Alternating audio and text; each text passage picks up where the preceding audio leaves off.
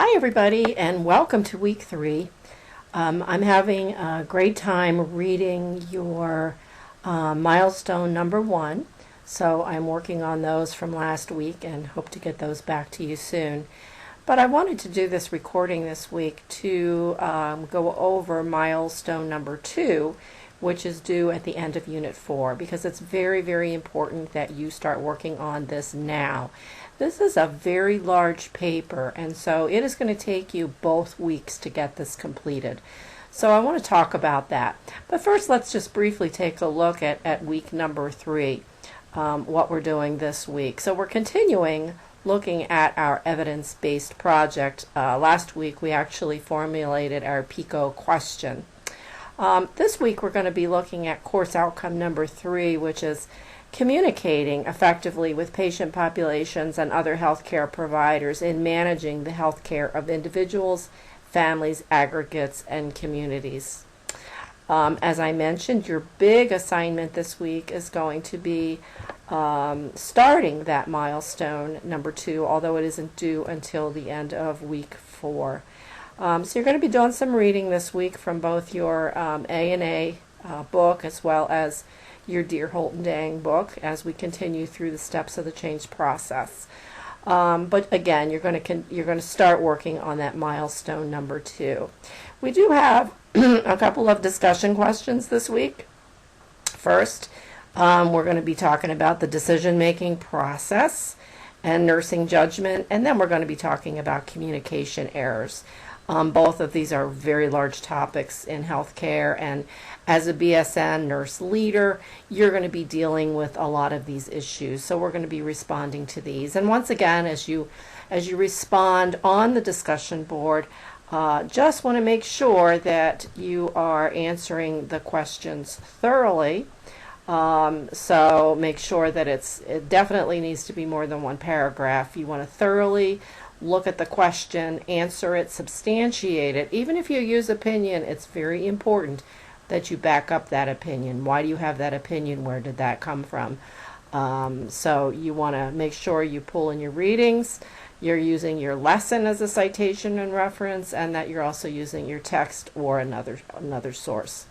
But let's go now and take a look at the next thing that we'll do, that is due, the next milestone that is due, which is your very large paper, that is milestone number 2.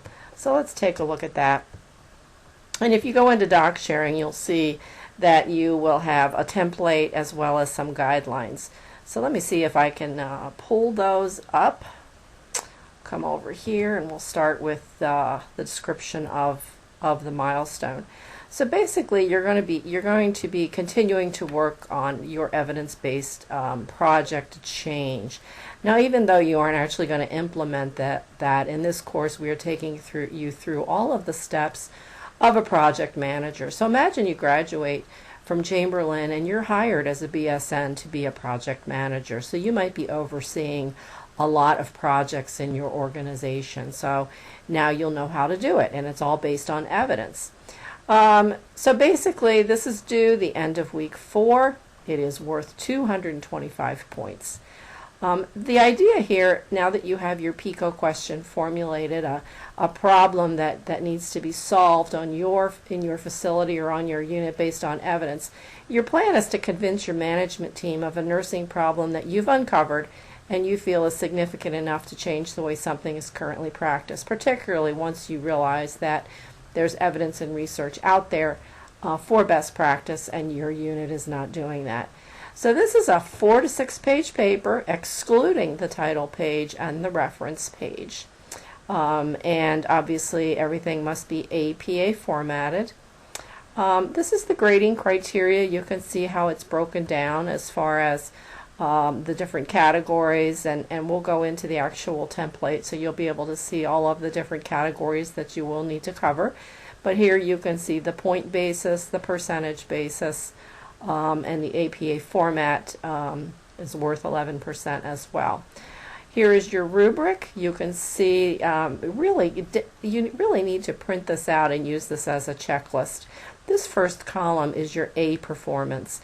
So an A student is going to be outstanding.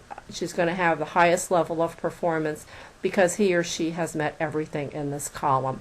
So as you download this, read that. And this rubric is what I am going to use to grade your paper. So everything here at Chamberlain is very objective. And so we give you very clear guidelines on what you need to do in order to achieve that best grade. So make sure you just download that. Let's take a look now at the actual template. And all you need to do, you'll really just you're just going to go into doc sharing here, and you'll just download that template. And so then what you're going to do is you're going to save it as, and you can just save it as whatever your title or your name. Save it on your own desktop. Then open it up, and as you can see here, we've already got it formatted for you in APA.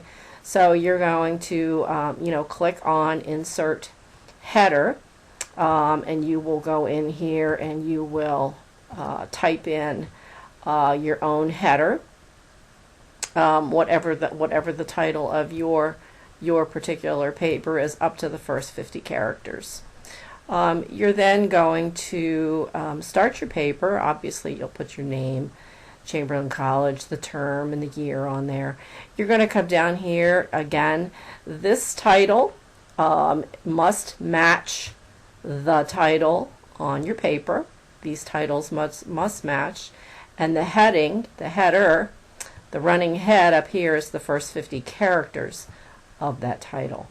And this is not bolded. So you can see as you just type your own information in here, it's going to be formed for you in correct APA.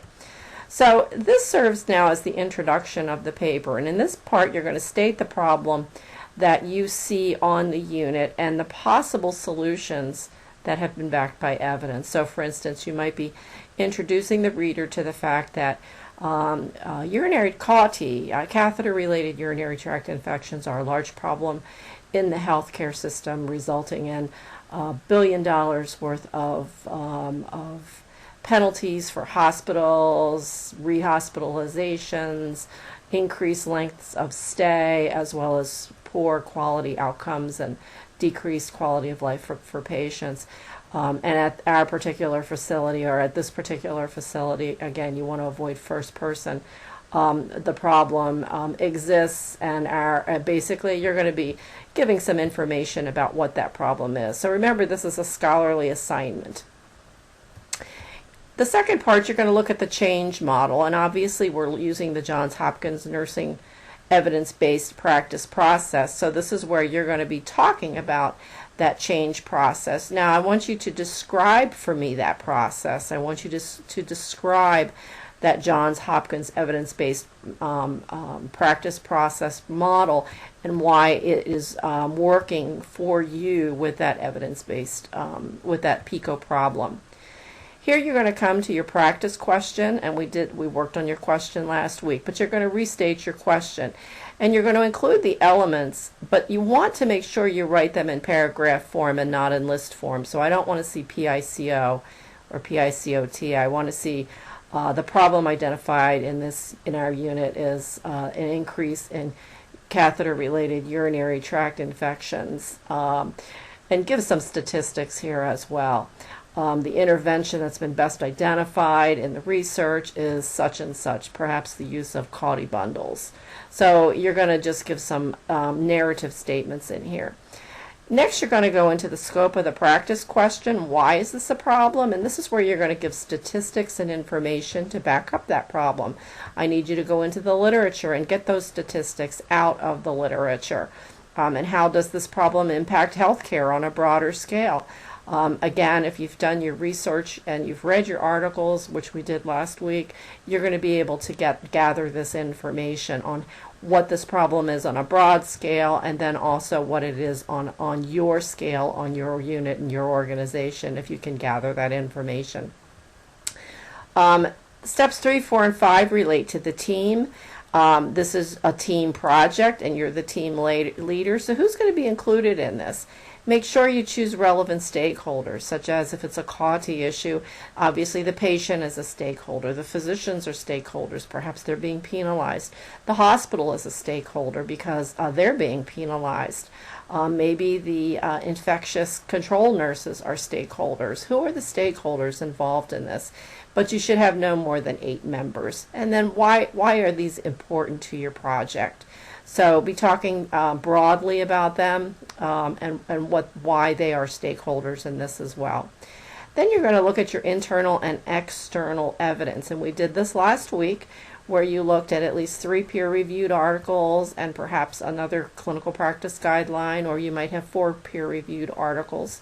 And you're going to talk about the type of evidence that you found. Were they CPGs? Was it quality improvement data? Was it qualitative research, quantitative research? And briefly discuss the strength of this research. Now, this next section is summarizing the evidence. Now, what you're going to do here is you're going to take a look at all of those 4 articles that you read, and you're going to summarize them. This is not an annotated bibliography. Instead, what you're going to do is you're going to look at themes. So, for instance, maybe one theme is the prevention of urinary tract infections in hospitalized patients, and you might discuss that in a paragraph. Another theme might be how to prevent them, or how to educate the staff on CAUTI. Perhaps there's evidence about the use of bundles. Summarizing the evidence, you might also have a paragraph such as the cost to hospitals, the return on investment, why this is a very important healthcare problem. So you're going to summarize this in themes. So again, you're not going to give me an annotated bib of what each article is about. Instead, you're going to summarize the evidence. Then you're going to come down to recommendations for change. What is your recommendation based on the research? Perhaps you're going to institute or implement a CAUTI bundle on the unit, and this is probably going to come from the research that you found in all of your articles. Then we come down to your action plan. You have not implemented it, and obviously you're not expected to implement this. This course is only 8 weeks, and this is going to be very hypothetical. But you're going to develop your plan. What are the specific steps you're going to take? Who's going to be on your committee? What is the timeline for it? Perhaps you have a budget for it. How are you going to evaluate it? Based on what data? Are your QI nurses going to do it? Are you going to do a chart audit? Where is the data? What was the data prior to implementation, and what is the data now? What is your action plan? How are you going to evaluate the outcomes? What is the desired outcome? Is it a 20% reduction in CAUTI? Is it a 100% reduction? How are you going to measure that? Are you going to measure it by nurse, by unit, by shift? And how are you going to report that to the key stakeholders? Are you going to do that in staff meetings? Are you going to have newsletters? Are you going to send out email? Are you going to have a policy change? The next steps are about dissemination. How are you going to disseminate this plan on a larger scale? Are you going to take that new policy, that CAUTI bundle, and then implement it hospital-wide? And if so, how are you going to do that? How are you going to roll that out? How are you going to ensure that it becomes permanent? Are you going to write a new policy? Is the chief nurse going to be taking a look at this? So how are you going to communicate those findings internally and then externally outside your organization? For instance, if you've done, are you going to publish an article on this? Or are you going to disseminate this to home care agencies, etc.? Then your conclusion. Be very clear and concise. Make sure you review the key aspects of the problem, and also make sure you talk about the Johns Hopkins model. This is obviously the basis for this change, so you want to make sure that you synthesize the use of the Johns Hopkins model in there, and then come down and write your references. Now, the next thing you want to do after you write your paper, I highly recommend that you come back over here and that you use tutor source. If you can do your paper, get it completed, come over to tutor source, come down here to Smart Thinking, and upload it to our Writing Center. Basically, this is a wonderful asset for you. You can go to Smart Thinking. upload your paper. They will take a look at your paper. Within 24 to 48 hours, you will get your paper back. They won't correct it, but they'll give you some great guidelines and some hints. The other thing you want to do, and just be aware as you go to put this in your Dropbox, and my Dropbox is going to look a little bit different from yours. As you put it into your Dropbox, it's going to get sent to Turnitin.com. Turnitin.com is our plagiarism service. So go ahead and submit it. Come back about 5 to 10 minutes later and look for that number that is presented to you. We take plagiarism very seriously. You should not be copying anything from the internet word for word. You should not be stealing another student's paper and just changing a few words. So basically, go ahead and take a look. Anything over 24%, you really need anything. I like to see it less than 10%. You really need to go back in. It'll highlight it for you, show you the areas that need to be reworded. You can see here there is a 5% match to the internet. You can click on it, take a look at what you need to reword or paraphrase. You need to do this before I get it, because if I get a paper that shows plagiarism, obviously that would be very serious. So you don't want to turn in a paper that's been plagiarized or that has sections of plagiarism in it. So this is a great tool for you guys to use, just to give a little check to yourself on how well you wrote that paper, and then rewrite it and submit it for grading. And that's really it. So I'm looking forward to seeing you all on the threaded discussion board this week. I'm looking forward to a great week of discussion on communication and nursing judgment. And I'll get your Milestone 1 back to you very shortly. So have a great week, and please call me if you have questions. Use the Q&A button if you have questions. I really want you all to be so successful and just to showcase your talents. Have a great week.